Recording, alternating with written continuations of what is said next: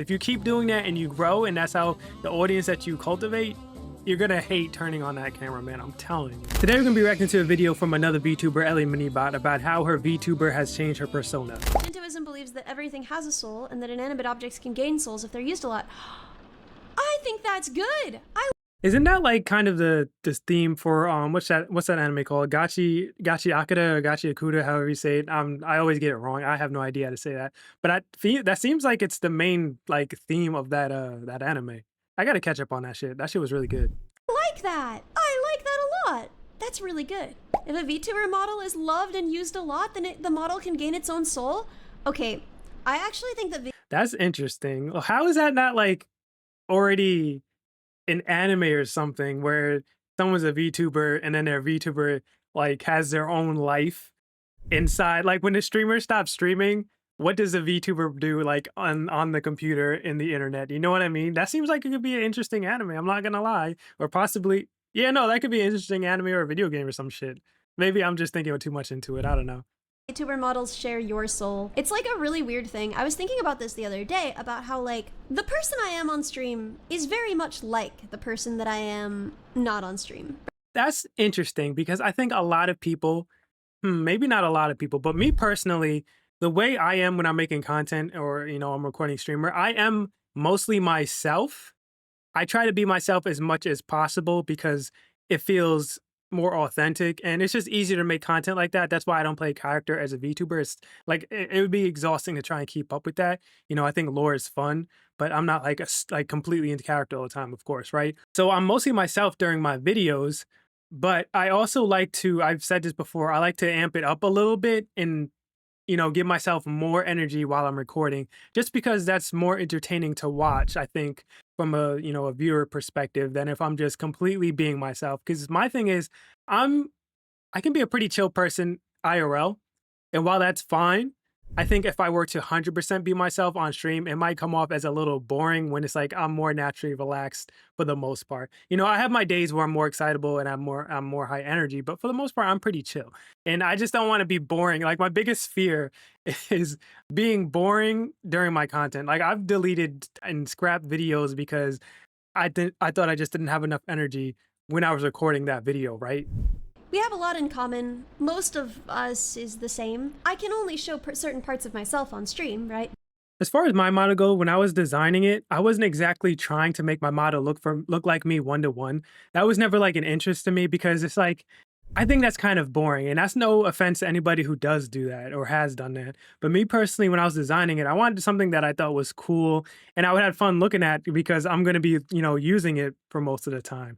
And I see myself every day, and it's fine. But I don't want my model to look like me one for one. I figured it'd be way more fun and way more, I don't know, enjoyable just to design something that I thought was fun, something that I thought was cool or unique from myself.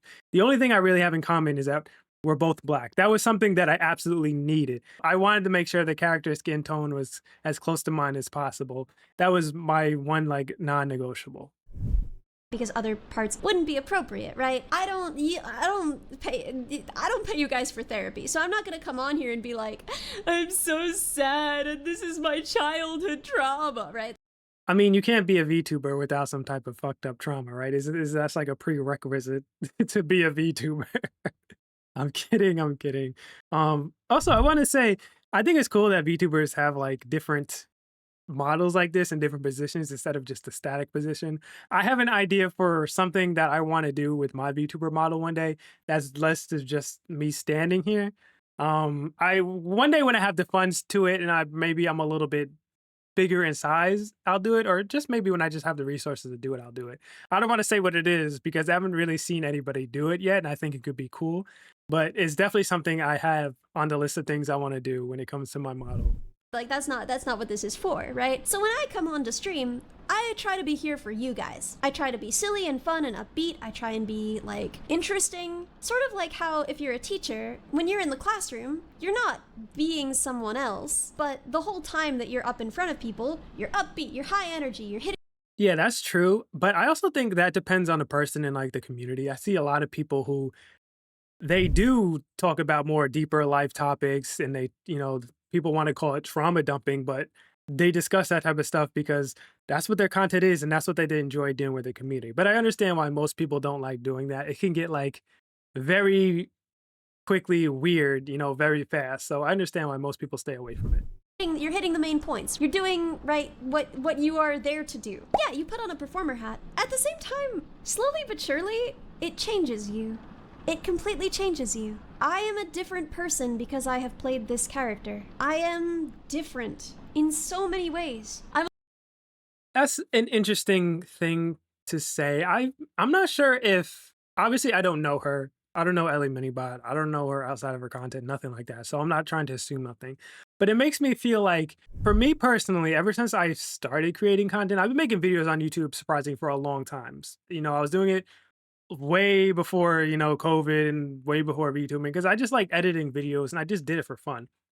But I think as I've made more content and I put myself on camera, because I have been on camera before making YouTube videos for channels that don't even exist anymore, I've noticed that I've become more comfortable with myself. I've become comfortable in my own skin, the way I look, the way I sound. And I think that's directly because of making videos and editing my own videos and looking at myself for hours editing videos and hearing my own voices. It's made me more confident in myself. So I don't know if it's because I don't think I've changed because let me put that a different way. I don't think making content has changed me. I think it's just made me more comfortable being myself, if that makes sense. And that might be the case for her as well. I think what I'm like I said, I don't know her. I could be completely off, but that's just me personally. And I have a theory that that could also be the case. A lot more confident, I'm louder, I'm more talkative, I'm kind of goofier and more confrontational.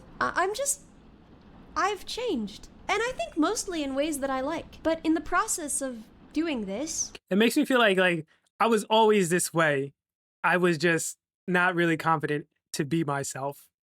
If that makes sense, to be completely be myself, if that makes like what I'm saying is I don't know, maybe I'm saying the same thing she's saying.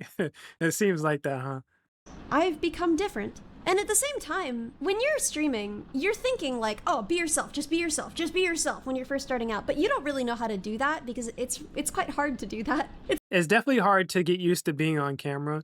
And even if you don't have anybody watching you, you're streaming or something, it's definitely hard to turn on a camera, turn on a microphone, and start making content, start talking and being natural. Because no matter what, when you first get started, it's difficult to be natural. It's gonna take dozens and dozens of videos before you get to the point you're like, okay, this is how I feel. I feel comfortable doing this. Now I'm myself. Like it's very rare where somebody can just get on camera and now they're themselves, which is why I think streaming is harder to make than making YouTube videos, at least in my opinion, because it's live and there's people can come and go and they can say things like one to one.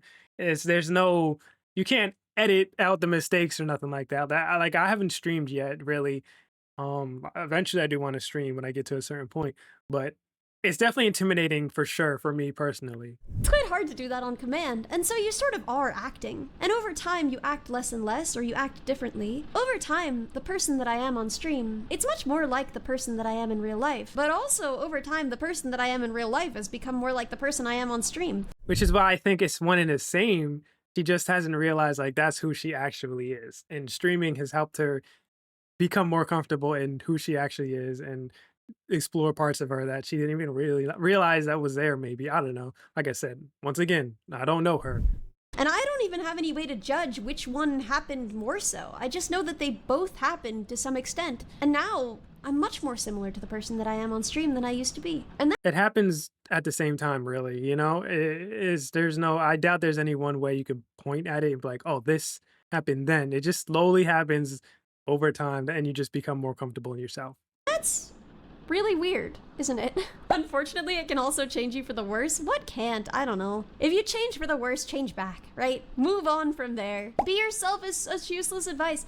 I know, I've been saying this for years. This is why I love the Iron Giant. This is why I think I don't know if it's useless advice because, like I said, when you're this is in a world of content creation anyway, and being on camera, a lot of people they get on camera and they think they have to act a certain way, or they see other VTubers act a certain way, so they're like, okay, this is what I gotta do.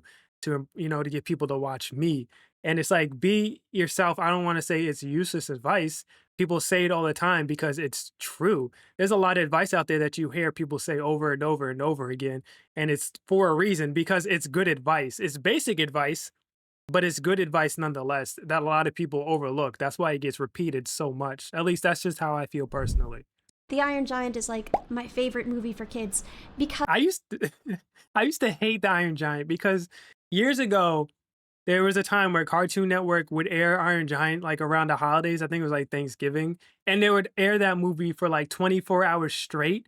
And it used to piss me off because it's like I'm home from school, and then the only thing on Cartoon Network was just fucking Iron Giant. It would drive me crazy, man. I hated that movie because of that. the message is you are who you choose to be and not be who you are. Because I have no idea who I am, right? I mean, couldn't that be one in the same thing? Be who you are or be who you want to be, not who you are, whatever. It's the same shit. Like everybody's building their own person to the day they die. People change and interests grow and the way you think when you were younger is not going to be the same when you get older. Like people go through a growth their entire life. So I don't know. I think it's kind of one and the same thing, honestly. Right? When you tell a kid, especially a kid, be who you are, they're like, I don't know yet. That's plastic and changing rapidly, right? I guess as a kid, it's hard to tell a kid to be themselves because they haven't experienced enough life to have those interests. But even kids have their own unique personalities from one kid to another kid. Like if you ever, go to like, I don't know why you'd be hanging out in a school full of children or whatever. But if you talk to a bunch of children, each child is going to be different from the last, you know? And it's because they're being themselves. They're the most unadulterated, filtered out when it comes to human beings that you can get. So they're just 100% raw being themselves. So I don't know. I don't necessarily agree with that. But you are who you choose to be. That's good. That's good stuff, right? That's workable. You can do something with that, you know? Ellie's getting Johnny Silverhanded by her own VTuber persona. I mean, there is a way that like when I met most of my community, right? Can I say something about Johnny Silverhand? This is completely off topic, I know. But a lot of people have been using him as like a martyr or like, I don't know, kind of like a gotcha character for a reflection of how the real world is right now. And I think people who say that, they didn't really play Cyberpunk for real. Johnny Silverhand was like a mess. He was a selfish asshole. You know what I mean? He did a lot of like things for himself and for attention. And he didn't do things for the right reason. You know what I mean? And people hold him as like, oh, we should be like him or whatever. Or Johnny Silverhand was right. And it's like, I don't know if that was true. In the raid, I was terrified. I was petrified. I had never spoken to that many people in my life. I had never planned to speak to that many people in my life. I had never conceptualized that many people. And there I think a lot of people take it for granted, myself included, when we're growing as a content creator. We want to get to the big numbers so fast that we don't realize having these smaller numbers is kind of crazy. Like, for example, my main channel, I have like 2,000 subscribers, right? And to a lot of people, that's probably not a lot when you compare them to the bigger VTubers. But to me, that's 2,000 people that saw my video and they were like, or saw my videos and they were like, yeah, I want to stick around to see more videos. Like, I couldn't imagine being in front of 2,000 people trying to speak and entertain them in person, you know? So it's like the thought of, shoot, even having like 100 subscribers, 200, 300, that's a lot of people. Could you imagine 100 people in a room? I think people take that for granted as we're growing when it comes to content creation. And I understand why. They want to get to the big numbers and do the fun stuff they see all the big streamers doing. Like, that's understandable. I get it. I understand why. But we definitely take that type of stuff for granted when it comes to, content creation. The numbers get in your head. I mean, it's an unavoidable part of this whole content creation thing. were so many people, and they were all looking at me, and they didn't know anything about me, and you fumble and you But the only cool thing about that is I'll say is at least those people are there because they like you and they want to be there, as opposed to just having like 1,000 people there because they have to be there, like as if you're presenting a school project or something. No, it's people that want to hear what you have to say and want to interact with you. So that could be a little bit more calming, I guess, and make things a little bit easier. and you mumble and you stumble, right? And you try really, really hard and it's really scary. You have no idea how to entertain all of those people. 2 years ago, yeah, 2 years ago. Is it 2 years ago? Oh my god, 2 years ago, I was rated by Vettel, and it was amazing. I'm still so grateful for it, and it completely changed my life. But I had been a small streamer for a long time, and I had been a very small streamer. That's impressive. I think people also don't realize how like a lot of people want to say, "Oh, if I could just get a shout out from this bigger VTuber or creator, if I could just get rated by this bigger creator, I'll grow so much faster." And I don't think that's exactly the case. Like I'm sure it can help, but when those people raid you, if you're not currently being very entertaining or whatever, they're not going to stick around, and it's going to inflate your numbers for a little bit. But when you close stream and you come back, there's a good chance you're going to be right where you were the day before. So I think a lot of people don't understand that as well, and they latch onto the idea that I need to do that, or even just looking at going viral. They chase virality all the time, and it's like that can help you, but at the same time those are inflated numbers, unfortunately, and just because one video or whatever popped off doesn't mean your following videos are going to be, just as popular as your other ones. And that can be super depressing, honestly. I've had a couple viral videos early on, and I kind of regret it in a way because I wish I got them viral videos now that I'm in a better place with my content. But when I first started, I had a video go viral, and I was like, "Wow, this is amazing! My first couple of videos, and I have a viral video hitting thousands of views." And then when I upload sequential videos, they didn't do as well, and I was kind of like depressed a little bit about it. I'm like, "Damn, was that luck? What happened?" So that shit can be bad for you too. For a very long time, and it was my hobby and I loved it, but I had never really thought about or sought out fame. A lot of VTubers want to grow, want to be bigger. I didn't really. I had my regulars and I was very happy to play music for them, and that was my life. I think it all depends on what your goals are as being a content creator. Some people want to do it as a career long term. So yeah, it makes sense they're chasing after numbers. But I mean, there are people who are in a case where their life is just fine and they do this as a hobby. So they're not really so concerned about numbers. But I think most people that do this, they do want to do it long term and as a career. So if that's the case, you have to pay attention to the numbers. I know it can suck and it can mess with your mental and get in your head. Everyone has those days, myself included. But unfortunately, you have to pay attention to the numbers. I had never imagined performing in front of that many people. It wasn't something I'd ever wanted or sought out. I mean, yeah, I was terrified. So everyone's first impression of me was like, "Oh, she's so shy and nervous, and she stutters, and she's so awkward and nervous. Oh God, guys, I hope you like me. I'm so sorry. Oh, I'm so cringe."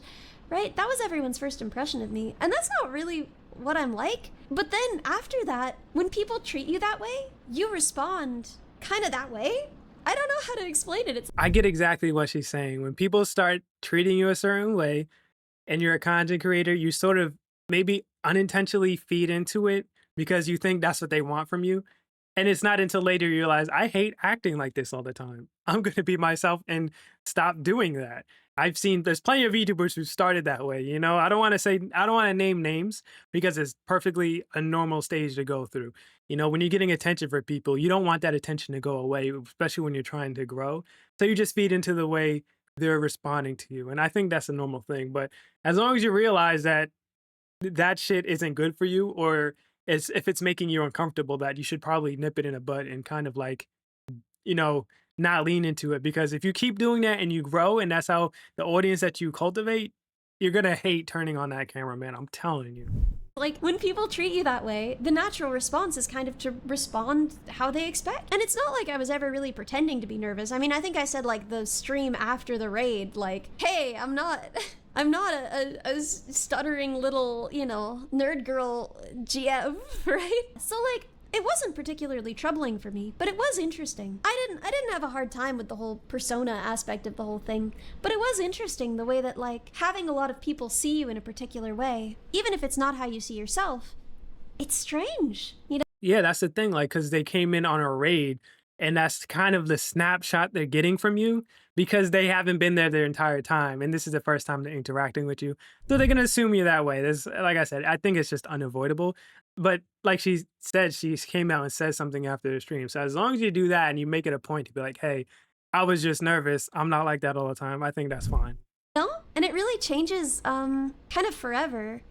who you are a little bit. But yeah, no. So I've changed, certainly, from being the person I am on stream, and streaming has changed me. And maybe weirder, maybe more identity horror, I make faces differently. I smile differently. People say that when you're being a VTuber, you have to like puppet your model.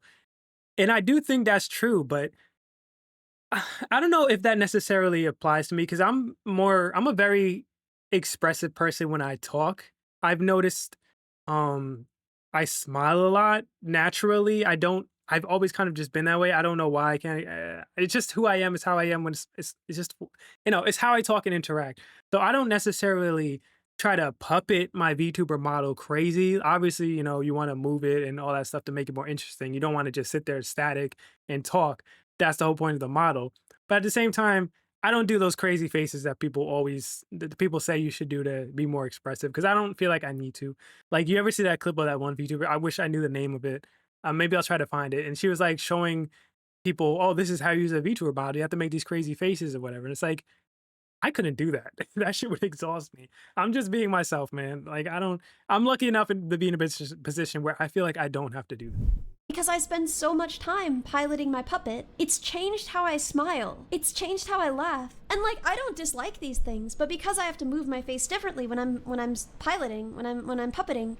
Piloting is so funny, it's like I gotta pilot my mech. It's a VTuber model. That's kind of funny. My face is way more animated now when I'm just like out and about in my life. And I like laugh differently and smile differently. I never set out to do this. I didn't set out to like learn how to puppet it differently and like change how I emoted, really. Yeah, is the VTuber piloting me or am I piloting the VTuber? Cheek puff all the time and over-exaggerated expressions. Exactly. I never was like this. And yet, here I am. What is this model? What do you mean, what is this model? What are you? What do you mean, what is this model? So this was an interesting conversation. I'll leave the link to the original video if you want to check it out. And the actual VTuber, her name is Ellie Minibot. This isn't from her clip channel, I don't think. So I'll also try to leave a link to her channel so you can check out more of her content if you want to. Thank you for watching, and I'll talk to you in the next one.